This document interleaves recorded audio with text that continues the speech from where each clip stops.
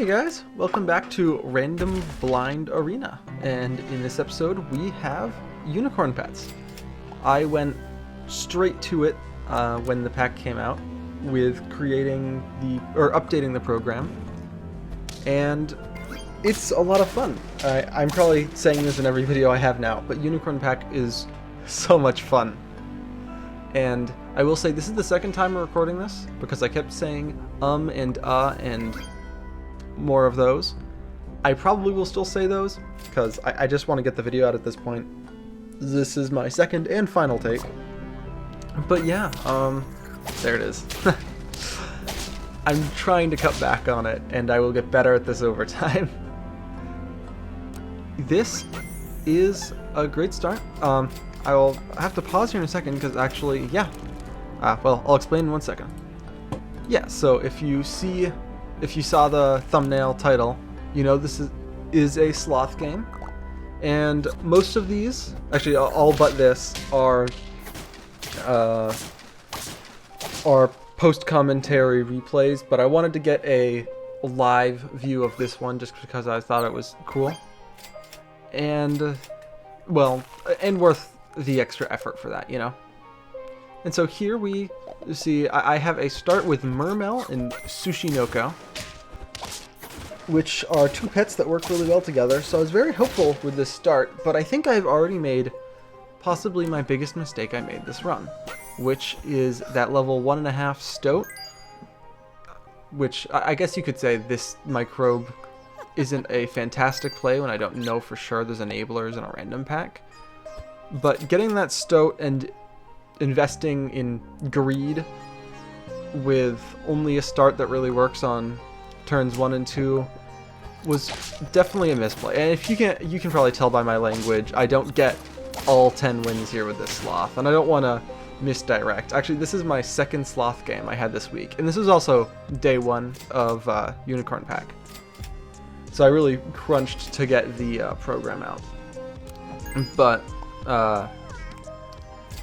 yeah, I had a second Sloth game like a day before, 2 days before the game came out, or for the thing came out, and it was also in Blind Random Arena, and so I was pretty excited, and then I got one singular win, like one singular trophy. I was like, oh boy, wouldn't it be funny if I uploaded this and said like a Sloth win on Blind Random Arena, because it's, you know, one singular win. But then I thought it would be funny. It would be a really bad idea to start a channel and then immediately start lying. But you see here, we get two things we really wanted: a tar and a and a turkey. Now, the tar gives chili, which works well with our microbe. The turkey is going to give us some tempo we need, and if we get some summons, those will be great there as well. But this is a really nice up in value and really reinvigorated my hope with this. You can see did pretty well against that. Now we're on 3 wins, which is 3 times as better as my last Sloth game. Now, I don't think it's perfect. I think I was struggling to find a thing to do, so I pull in this Gariel here just to have a change, and then I think I bring in the spider. The Rootling's not a good choice for this at the moment, but I bring in the spider, save the tar. I think this is a bit of a lower power level even with the new toy, and we run into a very creative combo of unicorn pets, and that unfortunately is the end of the Sloth game. But I do have 2 or 3 more games that are significantly more interesting. So we're on to game 2, and game 2 and so forth are going to be, in my opinion, a lot more interesting than the Sloth game. But if you get a Sloth game, you have to post a Sloth game, especially if it's something with a gimmick, you know? There you see us going against the Axe Handle Hound, which is, in my opinion, one of the worst pets that have been added. It really changes the dynamic of Tier 1 in a way that I don't personally enjoy playing. If you're wondering, like, will it get changed? I would say there's like a 50-50 chance that it comes with the unicorn balance patches I'm sure are coming soon. However, it's time to talk about new pets, like that guy at the back of our team, the Minotaur. Now, the Minotaur functions similarly to a kangaroo. You can see it's even the same buff, with the added bonus that makes it tier 3, which is that it gains the buff multiplied by the level of the pet that is there, that is in front of it, which means it's a fun balance of figuring out what pet you want to put in front of it in terms of how many times it will attack and what level is said pet. You can see here, putting against a pet that I put some health on, and then it summons the golden. Pretty good pet. Now, time to talk about these other guys. The guy in the bathtub is Oggo Pogo, and the wolf is a frost wolf, frost pup. I think it's frost wolf. The frost wolf, in my opinion, is one of the very best tier 2s now. And Oggo Pogo gives experience to the pet at the front of your team, which is also one of the very best tier 2s. So, needless to say, I was pretty happy with this start. And now you're going to see I'm going to reorganize a little bit to get more value early, put a bit of my weaker units back, so I'm not as worried about like draws, and I can push more towards wins. You see here, I think it's pretty effective. Obviously, I don't get the golden retriever to go in front of the Minotaur as well, but I don't think that was necessary. So yeah, the guinea fowl's doing some great work. I don't know if I've actually said guinea fowl. I'm sure I will at this point have put up the graphic for it. But the reason it's taken so long to get these videos going back again is because of the graphics. I'm very sure that I want to keep doing that. I think that's one of the best things my videos have going for it, is I can talk about it and leave the important information on screen for people to pause and read. And so that's something I really want to keep. And you see here I get Banana Pill, I get a whole bunch of experience for stuff. And Banana Pill, rejoice or feel bad about it, whatever you'd like, it is still a very good option. You see here, the Minotaur is really working out here, especially they kind of sniped our back unit, so we actually get the benefit of the Golden Retriever too. And I think that Golden Retriever stats passed on to the Minotaur is what wins this for us. Honestly, if I were to play this again, I would have gotten rid of the Rhino rather than the Crane. But regardless, we swap that in. You can see I play. Oh, I was gonna say I play really fast. This is a replay, so it's just fast already. But I do play really fast. Here you see we're going against a team of a whole bunch of new pets, which at least the Sphinx there I'll talk about later in a different game. But it's really interesting going against these new teams. You see a lot of teams now that are exclusively and only unicorn packs, and you can pets, and you can see here my Minotaur is back to the back, which means it gets the Golden Retriever bonus again, which it didn't need. It didn't even attack, but some fortunate or unfortunate, not entirely sure how you'd like to put it. Now we've got a level 3 in front of the Minotaur, so it's getting, I think, +9/+9 for every time that guinea fowl attacks, which is really, really good.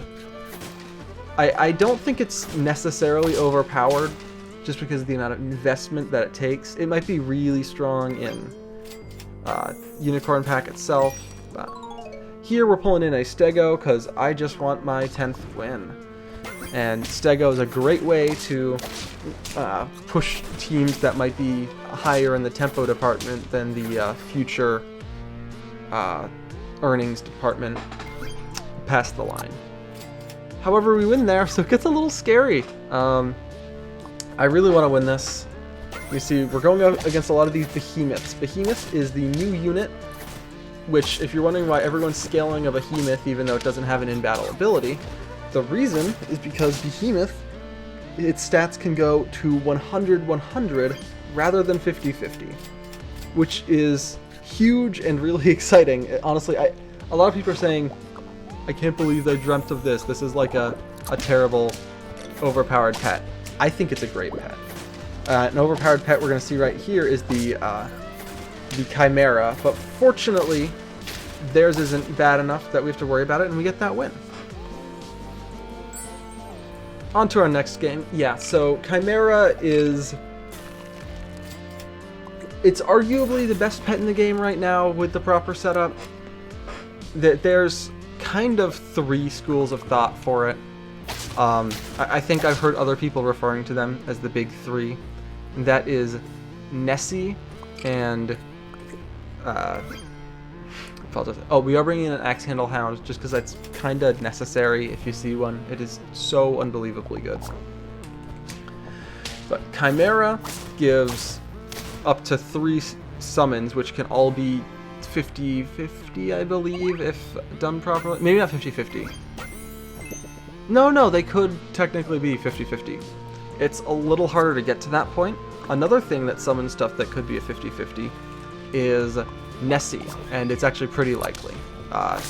Nessie is another fantastic unit. And then the last one that's an issue is the Vampire Bat, which I might talk about later, I'm not entirely sure.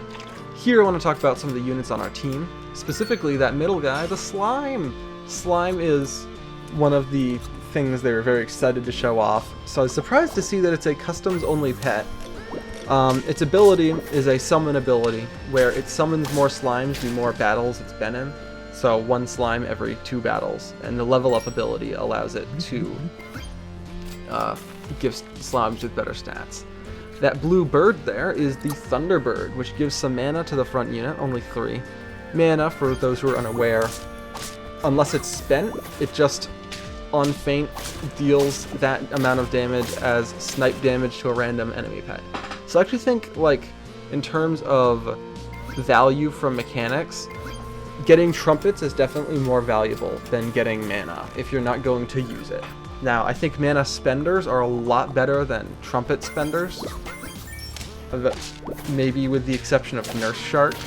And here you're going to see we get our little smaller slime, and I love the smaller slime, let me tell you. It's just cute. It's a new token pet for us to go after. I think... Oh, I do grab the Rhino here. I could have grabbed the Unicorn. Would have been probably more exciting for you guys, but... It's a pet which you don't get guaranteed value out of. And I'm on 3 wins. I'd rather not pivot immediately. Or sorry, 3 lives. Now I have to pivot. Luckily, I have my...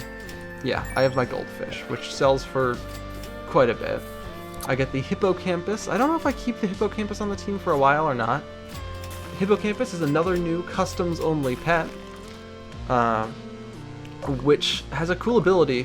Whenever a pet gains health, it gives it attack. This works in battle and out of battle, and it's pretty fun. There's a lot of good combos with it. I can't wait to run Hippocampus with a Moose, but this isn't the time for it right now, unfortunately, because Walrus is in this pack, and Walrus is a great thing to put a summon team past the line. Now, what I'm really looking for is a summon enabler. At the moment, I kind of have just a whole bunch of pets kind of incongruently assembled here. And I'm looking for something a lot more stable. I was very surprised I won this match, by the way. Worked out really well. Didn't even need the peanuts, actually. But here's our enabler. That is the Grizzly Bear. It is actually maybe my favorite summon enabler. I just find it really cool. It probably... it's definitely not the best one, but I do find it the most fun. You can see... Luckily, that person hadn't rolled. They had a Nessie. If they had rolled, like, even, like, 3 times, he probably would have lost, since Nessie gives stats based on how many rolls that person did in their previous turn. But here, we're going to see another Behemoth. Behemoth's still nothing against peanuts, you know? And now we've finally got 4 slimes. So... we're getting the max value out of the slime now. And that person had a Kappa, if you're wondering why a bunch of things summon on the teams. Kappa is one of my new favorite... maybe not favorite. I have a lot of favorites. I have to decide if they're actually a favorite or not. But Kappa is a really cool pet. That's a bit of a gambit. It summons the same amount of pets on each team. But... you can either prepare for it, or if you put it in the front and it's a weak pet, it's likely it's not gonna knock something out, so you can get value out of the Kappa by hoping that your opponent doesn't have their front unit or have her faint if they're running a 4 squad. It's a pretty cool ability, and I really liked it. But yeah, this team looks really strong, but they're nothing against our summon. Oh, yeah, you can mouse over stuff on accident really easily here, and mousing over stuff now pauses the game. But this team is doing, in my opinion, really surprisingly well. And you can see here now I have a level 2 Walrus coming out of my Beluga. I get another Beluga, planning on stuffing that with something. Probably something with a lot of summons. One thing I like about the slime is you can't just like leverage it late to get a bunch of summons, you have to commit to it early. And man, great peanut hits here. But unfortunately, that Wyvern on the other team just has way too many stats. So we're on lethal here, but we've got a cool team with a lot of future prospects. Maybe not a lot of future prospects, but some future prospects. We get that level 2 Gorilla, which is going to have a nice amount of stats summoned. But an octopus is always a tough thing to get across in any sort of summon team. But we get really close there. I think if the peanuts had hit the slime instead of the grizzly, we would have made it. And here we are in the last game. Yeah, unfortunately that one didn't make it across, but I thought it was cool enough to share, showing off the grizzly bear slime as just a nice way to get all his attacks off. I think slime, I'm pretty sure slime was the only new unit on our team, but it was fun to work with. I really enjoy it. I think a lot of people like slime. There's a lot of complaints about certain pets in this, either most of them being far too strong or far too weak, but mostly in the strong department, to be honest. But I think everyone loves slime exactly how it is. Now, obviously, speaking for everyone's a bit of a dumb thing to do, but here we do have a Cuddle Toad, which is one of the new tier 1s on our team. I have no idea what mythological thing Cuddle Toads are. I've never heard of them before. But they're a neat ability. It's a new toy pet, which you're going to see I just froze another new toy pet. I don't think we're actually going to use the ability of the Cuddle Toad, unfortunately. It's kind of just there for support. I mean, it's a Cuddle Toad. It's just there to make you feel better, you know? We do take the Sphinx, however, and the Sphinx has 2 different toys. One is the Magic Lamp, which buffs things that level up, like Clownfish. And the other is the Magic Carpet, which kind of works like a permanent horse, giving 1 attack whenever something is summoned. They're both pretty good, nice additions, and Sphinx has good enough stats that I don't have any problem with just taking one, you know? And there you can see my Magic Lamp go off. This Beaver is really nice. It goes off again, I think. Yeah, I take that. I grab Jerboa. Jerboa is, I mean, I was really expecting it to be nerfed. If you look at my videos, I think one of them I say, yeah, if there's any balance changes at all, Jerboa will be nerfed. And there was one singular balance change, and Jerboa was not nerfed. Probably because all of the powers and like amount of power things are going to have is about to change with Unicorn Pack, or has now changed, rather. So I get it. I still expect it to be nerfed. To be honest, I don't know if I run into any in any of these games, but I'm still running into Jerboa teams and they're still sweeping me. But yeah, this Sphinx has been really nice as a little bit of extra stuff. Being a tier 2, you can get its ability leveled up really fast, which is really nice. And yeah, we continue. I think right now I'm just looking for apples and so forth. I don't really have anything I need on my team this second. If you're wondering what happened there, that is a Kraken mixed with a Warg. Kraken is the exact opposite of an Armadillo. It removes health from all pets in the team, 20, 40, 60%.